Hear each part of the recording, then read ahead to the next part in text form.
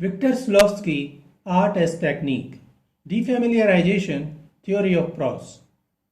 Hello and welcome to the discourse. Viktor Shklovsky was a pioneering Russian literary theorist, critic, and writer, best known as a leading figure in the Russian formalist movement. His work revolutionized the study of literature by shifting focus from content to form, arguing that the techniques of storytelling and language itself were the true essence of art. One of his most influential contributions was the concept of defamiliarization, ostranenie in Russian, which posited that art should make the familiar seem strange, forcing readers to perceive the world anew. In his seminal essay, Art as Technique, Shklovsky contended that habitual perception dulls our experience, and literature's role is to disrupt automatic responses through innovative language and structure. This idea became foundational for modernist and avant-garde aesthetics, influencing later movements like structuralism and narratology. Beyond his theoretical work, Shklovsky was a dynamic figure in early Soviet intellectual circles. He co-founded the Obzhai Society for the Study of Poetic Language, a key group within Russian formalism that included thinkers like Yuri Tynyanov and Boris Eichenbaum. His writings, such as Theory of Prose, 1925, analyzed narrative techniques, dismantling conventional storytelling to expose its underlying mechanics. Art as Technique. Viktor Shklovsky's essay, Art as Technique, is a foundational text of Russian formalism, introducing the key concepts about the purpose and mechanics of art. The term defamiliarization was first coined in 1917 by Russian formalist Viktor Shklovsky in this essay. Defamiliarization. Shklovsky argues that the primary function of art is to make the familiar unfamiliar, a process he calls defamiliarization. Everyday perception leads to habitual, automatic recognition, causing objects and experiences to lose their vividness. Art disrupts this automation by presenting things in strange, unexpected ways, forcing the audience to see them anew. For example, in Franz Kafka's The Metamorphosis, Gregor Samsa waking up as a giant insect is a radical defamiliarization of the human body, forcing readers to reconsider alienation, labor, and family dynamics. John Donne's The Flea, published in 1633, is a brilliant example of defamiliarization, using an absurd, unexpected metaphor to challenge conventional attitudes towards love, sex, and persuasion. The poem's central conceit, comparing a flea bite to sexual union, forces readers to see physical intimacy in a radically new and unsettling way. The speaker argues that because a flea has bitten both him and his lover, their blood is already mingled inside it, making their union as natural and insignificant as the insect's bite. This flea is you and I, and this our marriage bed and marriage temple is. By equating a flea's body to a marriage bed, Donne strips sex of its societal taboos, rendering it mundane and biological. The flea becomes a marriage temple, blending religious solemnity with the grotesque. This defamiliarizes both sex, usually shrouded in secrecy, and marriage, a sacred institution, by reducing them to a shared flea bite. When the woman crushes the flea, the speaker shifts tactics, now arguing that her act of killing it was meaningless, just as sex would be. Donne's defamiliarization in The Flea does not just entertain, it destabilizes. The poem's bizarre metaphor compels readers to confront the disconnect between natural desire and artificial social codes.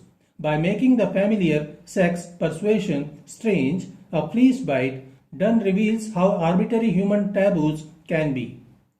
Art versus practical language. In the essay, Viktor Shklovsky distinguishes artistic and practical language. Practical or ordinary language serves a communicative, utilitarian purpose, but artistic language is deliberately constructed to be difficult, opaque, and layered. Shklovsky contrasts poetic language with practical language. While the latter seeks efficiency, the former slows down perception through complexity, rhythm, and unusual imagery. Art is not about conveying meaning easily, but about making the process of perception an aesthetic experience in itself. Technique over content. In the essay, Shklovsky shifts focus from what art represents to to how it is constructed. Form and technique, not themes or emotions, are the essence of art. Devices like metaphor, repetition, and fragmentation are not decorative but serve to intensify perception. For instance, in Stern's Tristram Shandy, the disrupted narrative structure forces the reader to engage with form rather than passively consume a story. Because habitual perception dulls experience, art's role is to restore the intensity of sensation. By breaking conventions, art makes the world feel alive again. Slofsky compares this to the sensation of walking on uneven ground after moving mechanically on smooth pavement. Art reintroduces friction to perception. Theory of Prose, 1925. Viktor Slofsky's Theory of Prose, 1925, revolutionized literary theory by shifting focus from content to form, establishing key principles of Russian formalism. The work argues that art's primary purpose is to disrupt automatic perception through deliberate techniques that make the familiar strange. This concept, which Slofsky termed Ostraneny, defamiliarization, suggests that habitual exposure renders our experience of reality dull and unexamined. Literature counters this by employing various devices that force readers to engage with the world anew. Whether through unconventional metaphors, fragmented narratives, or exaggerated descriptions.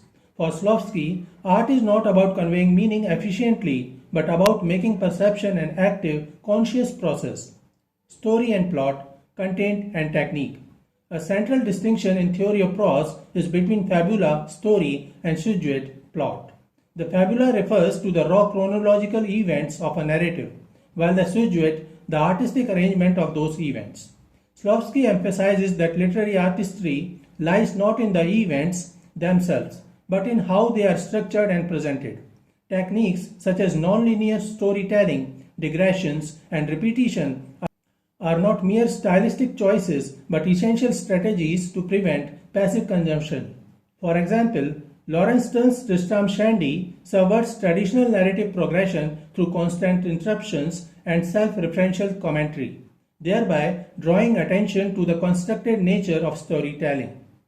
Importance of literary devices. Slofsky also explores the idea of literary devices priam as the fundamental building blocks of art.